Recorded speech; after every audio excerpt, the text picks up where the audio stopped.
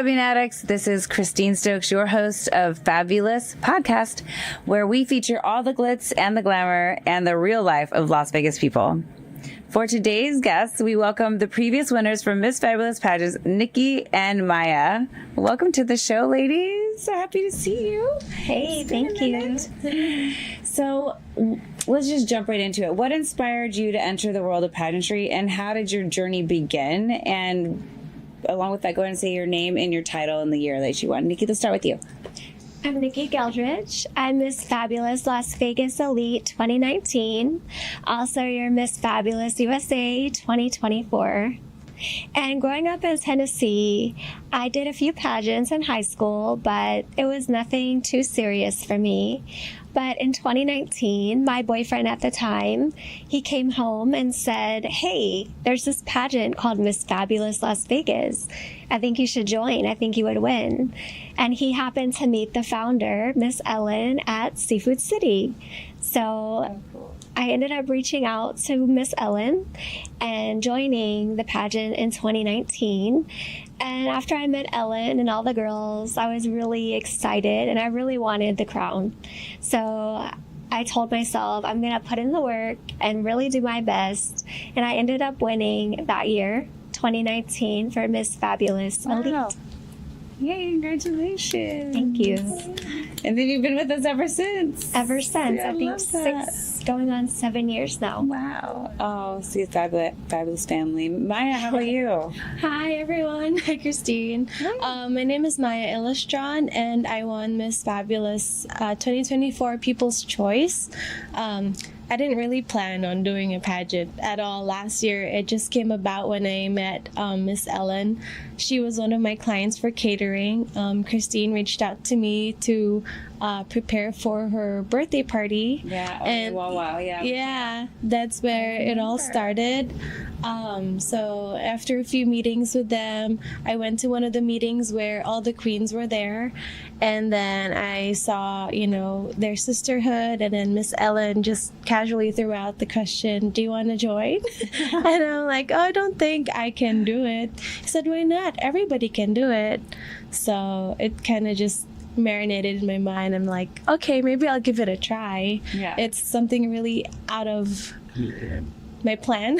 I feel like your normal thing to I'm just going to be a pageant girl. Yes, exactly. So I gave it a shot. I tried it without expecting anything, but I gained so much experience, a lot of new friends that I've kept actually throughout the year because the connection that we've just had through the pageantry. I like that we keep in touch every time, and we always have events, and keep in touch with each other and do stuff together. It's not just like, oh, you win, that's it. Like, you're on your own. Yeah. Like, it's always like this family that we've built, like the Fab family. Yeah, exactly. So it's something really cool to me, and I love how this impacts the Las Vegas community. I've seen it firsthand, especially right after the pageant ended last year. We did a lot of school visits and that kind of thing. Oh, that's right. You guys were able to do all that. That was really fun to get involved, to see how how we impact the So it really kids. changed my mind about pageantry, and I really love doing it with Miss Fabulous. I can't wait to do more of that this year. Thank you. Yeah. Well, along with that, what challenges have you faced, during your time in pageantry, and how have you overcome them? Through pageantry, the challenges. Mm-hmm. I guess, being on stage is probably the challenge for you guys. Yeah. But for you specifically, what more beyond that? What was any challenges, between home and having to take care of your baby and go to practices and have your business? I think a lot of it comes from overcoming mental blocks. Yeah. You can't do this because you've never done it before. You have no experience. How are you going to do well? That's a and good then one. On top of the things that come with motherhood, when you become a mom, your old self kind of just dies and you become this whole other person that you have to learn what are your capabilities, what are your limitations. You just had 2 kids. Can you really do that? Yeah. And you did. Yeah. You got that. You did it. And a lot of times you're what would people think? Or how would you feel afterwards if it didn't, if your expectation wasn't, the same. Yeah. So that's kind of the thing. And then as we did the practices and I met the coaches and everybody that was with the Miss FabViewLous organization, it became a lot lighter and easier to accept and be like, okay, this is what we're doing. It became more fun. Yeah. And you got like all fun? the support that you can get. Yeah. So I like that, Nikki. Well, yours was in 2019. Is it more challenging to you, do you think, back then or like now, or what challenges did you face? Wow. One unexpected challenge is the financial challenge. A lot of people don't talk about the finances that you have to pay to be in pageantry. So that's one thing that I didn't really think about. Hair, makeup, gowns, it all adds up. So lucky for me, I know how to shop on a budget. So that helps. You too. That helps a lot with the gowns and things like that. And I have a few friends that are makeup and hair artists. So that helps as well to kind of get your friends to work with you. So that's one challenge that I really didn't think about before. But I was able to navigate it pretty well. And another thing, in the Miss FabViewLous pageant, you're able to have sponsors. So that also helps. So if you're thinking that you may not have the finances or that's one of your concerns, there's always, where there's a will, there's a way. And there's always sponsors that would love to, have their business promoted in exchange for different things to help you out in your journey. So that's one thing. That's great. Yeah, that's a challenge. Then you just came up with a solution and to inspire others and like, oh, okay, you're right. There's no... So don't let that hold you back. There's a way. Yeah, I love that. That's a really great... Yeah, I didn't think that when I did my pageant, I was like, oh, yeah. The first ones I paid for, I didn't even think to get sponsors. And then the other one I did, I was like, oh, wait a minute. I can actually reach out to people that want to, have their businesses highlighted here. So exactly. It's different when you're doing it for your dreams to pursue something, or when you're doing it for like a business. Like, it's a little bit different, even though you are the business, because you're going on the stage and you're selling yourself. But it's kind of scary. Definitely. It's a challenge, but thank you.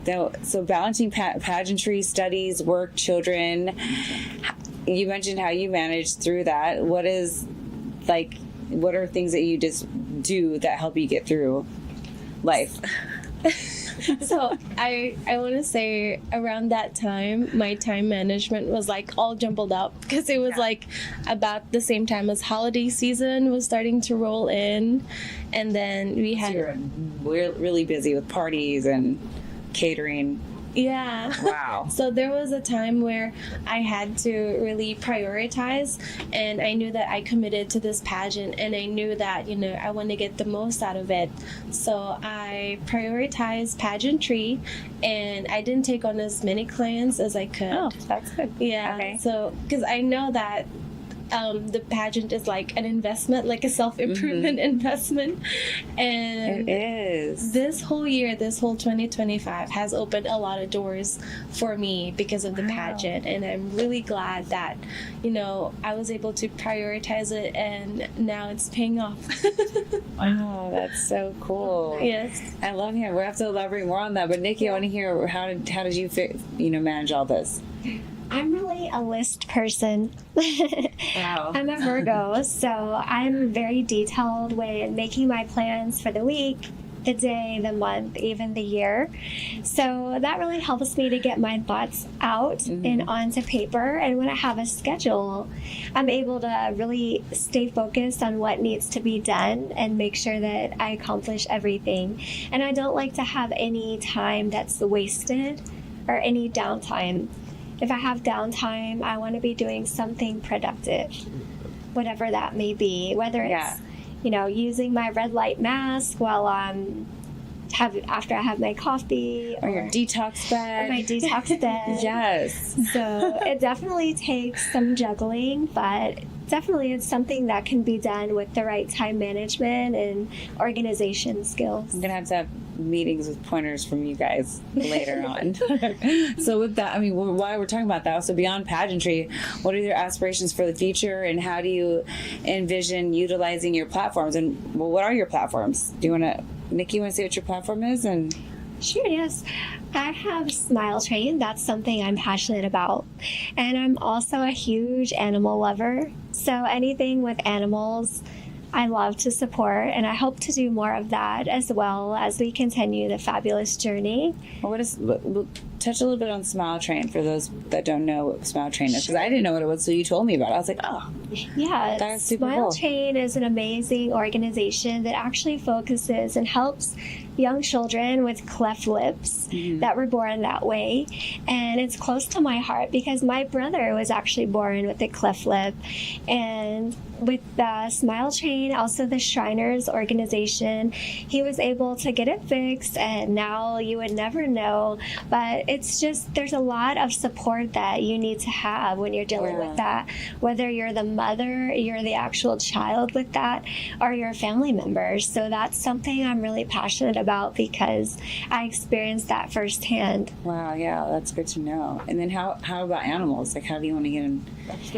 Well, in Las Vegas, I know lately a lot of the animal shelters have been overcrowded. So I'm like, what can I do? What can I do to help? Yeah. So even if it's sharing a post on Facebook, I feel like that's something maybe someone would see it and want to, adopt an animal. A baby or puppy? Yeah. Not a baby.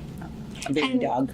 Also in Vegas, Not it's so babies. hot, so Yeah. I feel bad for the homeless and the homeless animals. That breaks my heart when I see that in the summer. I mean, it's just way too hot for that. So Yeah. I just have a really big heart for animals, and I would love to help more if there's any organizations out there that are listening. Well, I know that something you can go walk dogs, you can go pet dogs, or just spend time with them, and then kind of offer. I do donations. I dropped off dog beds and towels that. and old sheets and dog food.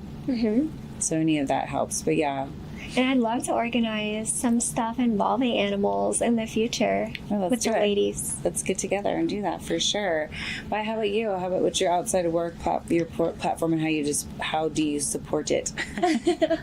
Well, the two main things that I'm really passionate about is helping moms and supporting moms, especially moms in business. So when I became a mom during the pandemic, 2020, it was very isolating, and I had really bad postpartum depression. Oh, wow. And so after I overcame that, I knew that I wasn't the only one that was going through it, because I was sharing my stories online, and I would get the same messages like, hey, I went through that too. And it just... Yeah. How did you overcome it? With just time. I think time really helped. And also when everybody just started being able to meet up again and do gatherings at the same time, because everybody had to be in quarantine for a while, right? Yeah, I did self-quarantine with my little one. Everybody's like, can we see him? I'm like, nope. No one's coming over unless you're fully face masked. And and even when they lifted the quarantine, people are so reluctant to meet up, because that fear. It was a scary time. It was a very scary time for some people. Yeah. No, that's great. So now you've done you're reaching out to women, and you do something online, or what have you created? I haven't. What is your vision? My vision is to create a community for moms who want to start businesses while they're at home. Okay. Yeah. So if it's brainstorming any ideas or creating a profile for them. Yeah. That's cool. Just getting here and talking it out, it's inspiring each other to think outside of the box. Because sometimes you get stuck. I honestly have been home with the baby, and like I was saying, I was like, I can't even write. I tried writing a note to Brayden, and I was like, my hand is doesn't know how to do it. And then trying to talk to people outside when I first came out, when we first started going out to dinner, I had to talk to people, and I was like, I don't know how to talk to people. And I was eating I was I was a scavenger eating food like I've never eaten because I'm so like used to like the baby crying. So I'm gonna eat. I'm like, is this normal? I don't remember it being so crazy like this. But yeah, to have someone to share that and talk to and see how some people are feeling. I'm lucky I haven't really had postpartum depression in a sense to where I'm like feeling like heavy all the time, but I did have like moments of it, and it comes in waves, and it just it just went away. But like getting outside, moving your body, like that was one for me. Like I know moving around, especially with the baby, it's like helps with that. But those are all amazing, great things, and we should all work on them together. Yeah. So back to the pageant. Can you guys share some memorable like things on stage, memorable moments for us on stage, or things that we've done in the past that like bring you guys back to like inspire you or left a great impression on you? Yeah. Do you want me to say? Yeah, go for it. So when we were when you were changing, I remember Vanita was having the costume problem. She needed something to just fix in the back so nothing would show, because she said she was going to be moving a lot. So I figured, she'll be dancing. So she was looking for something to close it like a safety pin. Yeah. So everybody there was helping somebody. Like nobody was alone. So and then when so you just saw like somebody helping, you were helping her, and then like that is so that cool. was like, oh my gosh, we're all in the competition, but like we're all helping each other. So that's super sweet. I've been to some pageants where it's like free for all. There's like you're helping, you only are you, and oh my gosh, you bring somebody to help you. Yeah, that's awesome. I love that. How about you, Nikki? What have you? There was a lot of that in the 2019 pageant as well. Backstage before a pageant is just complete chaos. I mean, everyone is trying to get themselves together, and the thing is, though, everyone was also helping each other. Oh, that's so sweet. And all of those people, you kind of go through a bonding after that, because you've all been through that together, and you all know what it takes to get there. So some of those ladies that I met in 2019, I'm still friends with to this day. That's perfect. And some of them are like some of my best friends, and you guys are like family to me. Yay. So not every pageant is like that too, like you said. So it's really special when you can find one that's authentic and welcoming and really cheers you on to be the best you can be. I love that. That is super cool. I know that when we did ours, it was fun. We were like in that room trying to like cram it and have fun. We had a cute little group there. That was fun. But we've had some experiences where it's like, but we were running up and down. But the pageant of the changing and running on the stage and getting up and down, like that's actually really fun, because you're like the adrenaline. Yeah. And then you get on stage, you're like, I'm here. Okay, let's take action. Let's go.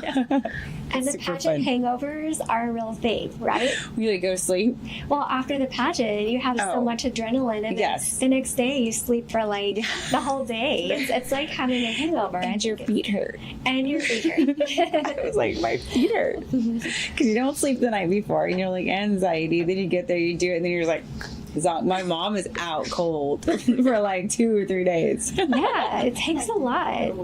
People think it's easy just to get on stage and look pretty and walk in a dress. And it's so much more than that. So much more than that. So with that being said, so what advice would you give young women to inspire them to participate in a pageant? I would say do it. Just do it.